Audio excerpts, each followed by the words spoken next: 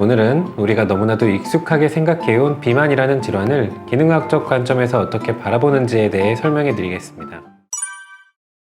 많은 분들이 비만을 단순히 조절되지 않는 식욕이나 게으름의 결과로 보곤 합니다. 하지만 기능의학에서는 다르게 봅니다. 기능의학은 증상만을 억제하기보다는 몸 전체의 시스템을 통합적으로 바라보고 근본 원인을 찾아 치료하려는 접근입니다. 그래서 비만이라는 결과 뒤에 어떤 대사적, 호르몬적, 심리적, 환경적 이상이 있었는지를 먼저 파악합니다. 실제로 많은 비만 환자들은 똑같이 먹고 운동해도 살이 빠지지 않는다고 호소합니다. 이는 단순한 열량 계산만으로는 설명되지 않는 부분입니다. 기능의학은 이처럼 설명되지 않는 문제들을 구조적으로 분석하고 개개인의 몸 상태에 맞는 맞춤형 접근을 시도합니다. 이제 기능의학이 바라보는 비만 치료의 핵심 포인트 4가지를 중심으로 좀 더 자세히 살펴보도록 하겠습니다.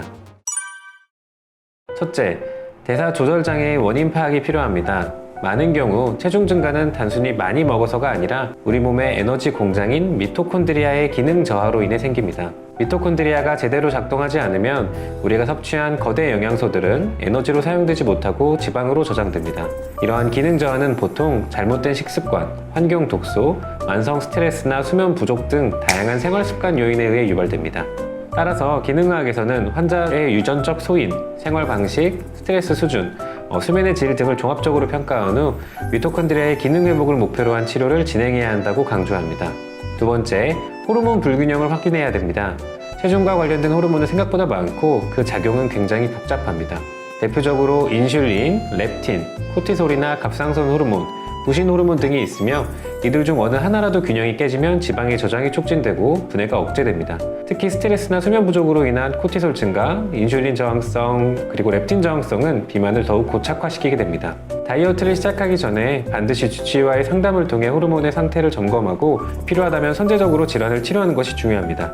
신체가 생존의 위협을 느끼는 상태에서는 지방을 결코 분해하지 않습니다. 건강한 호르몬 환경이 만들어졌을 때 비로소 안전하고 지속 가능한 체중 감량이 가능해집니다.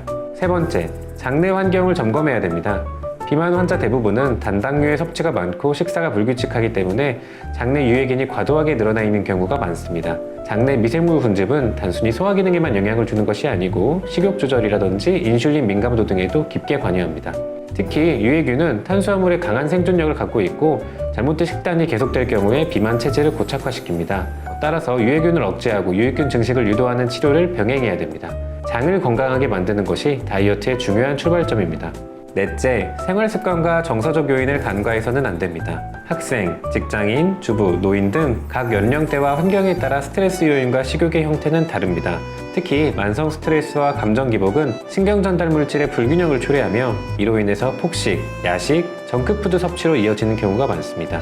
억지로 식욕을 억누르는 다이어트는 오히려 식욕 조절 호르몬과 신경 전달 물질의 교란을 일으켜 심각한 요요 현상과 정신적인 탈진을 초래할 수 있습니다. 따라서 기능의학에서는 환자의 심리 상태, 수면 패턴, 스트레스 대처 능력까지 포함해서 다이어트를 설계합니다. 다이어트는 단순히 식사량을 줄이는 것이 아니라 일상을 바로잡고 삶을 회복하는 과정이 되어야 됩니다. 기능의학은 다이어트를 단순한 체중 감량이 아닌 몸 전체 시스템을 재정비하고 건강을 회복하는 과정으로 봅니다. 지방을 줄이는 것뿐만이 아니라 내 몸이 왜 이런 상태가 되었는지에 대한 질문을 던지고 해답을 찾는 여정입니다. 그렇기 때문에 더 어렵고 더 복잡하지만 진짜 내 몸을 위한 방법입니다. 비만 치료의 해답은 단순한 식단 조절이 아니라 내 몸의 목소리를 제대로 듣고 반응해주는 데에 있습니다. 기능의학은 그 길을 함께 걷는 새로운 도구가 되어줄 수 있습니다. 감사합니다.